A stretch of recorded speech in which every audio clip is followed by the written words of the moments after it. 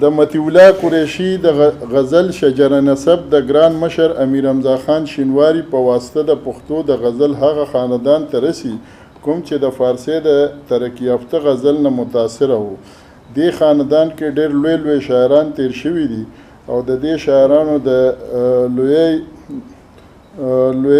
لویوالي یو ثبوت دا دی چې یو خاندان سره د وابستګۍ باوجود دوی کې هر یو ځان لا بیل بیل خصوصیات هم لري.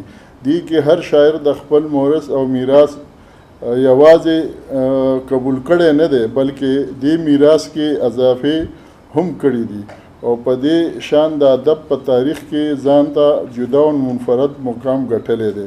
ښاغلی قریشي هم دا کوشش کړی دی چې په دې میراث کې اضافه وکړي او د غزل په تنګ ترش کیانوس کې ځینې داسې خبرې ځای کړي چې د خپل دور سره تعلق لري.